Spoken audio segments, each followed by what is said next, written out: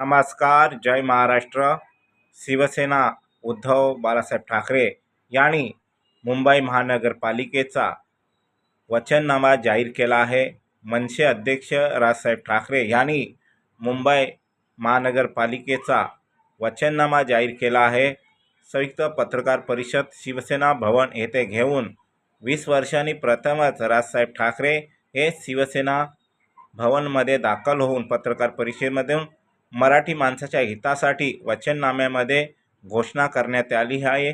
वचन पूर्तता करण्याची घोषणा त्यांनी केली आहे आणि खऱ्या अर्थानं ह्यातून मराठी माणसाला न्याय मिळवून देण्यासाठी दोन्ही ठाकरे बंधू यांनी प्रयत्न केले आहेत.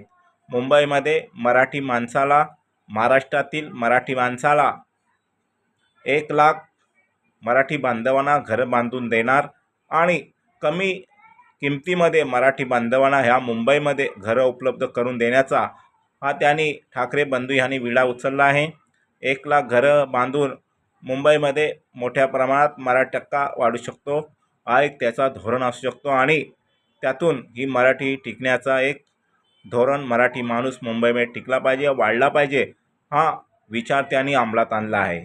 आणि ज्या स्वयंपाकी काम करतात, घर काम करतात, अशा महिलांना देखील त्यांनी 1500 रुपये पर महिन्याला पेन्शन देण्याचा त्यांनी वचननाम्यामध्ये जाहीर केला आहे. आणि गिरणी कामगारांना घरं देण्याचा त्यांनी हा एक विचार केला आहे वचननाम्यामध्ये. आणि डबेवाले, मुंबईचे डबेवाले, ऑफिसला चाकरमान्यांना जॉबमध्ये, ऑफिसमध्ये डबे पोचवणारे आमचे डबेवाले बांधव यांच्यासाठी इलेक्ट्रिक बाईक उपलब्ध करण्याचा त्यांनी वचननाम्यामध्ये दिला आहे.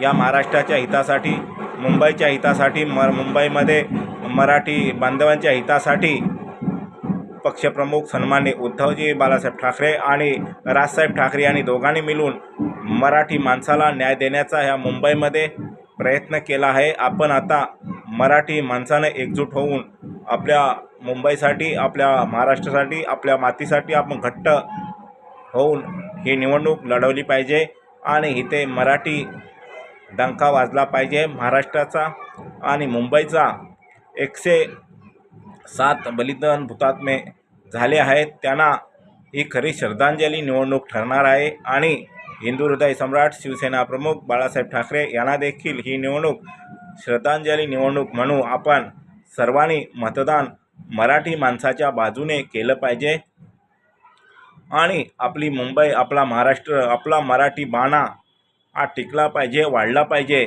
यासाठी आपण मराठी माणसानं आपल्या मातीसाठी घट्ट राहिलं पाहिजे, चिकटून घट्ट राहिलं पाहिजे आणि आपली माती ही टिकवली पाहिजे, वाढवली पाहिजे.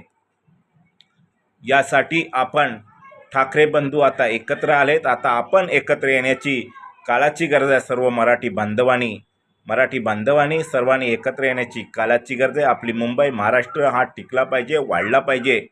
या दृष्टिकोनातून आपण सर्व मराठी बांधवांनी ठाकरे परिवारासाठी, मराठी माणसासाठी, महाराष्ट्राच्या हितासाठी, मुंबईच्या हितासाठी आपण सर्वांनी एकत्र येऊन या मुंबई महानगरपालिकेवरती पुन्हा एकदा भगवा झेंडा फडकवायचा. इथेच मी माझे 2 शब्द संपवतो. जय हिंद, जय महाराष्ट्र.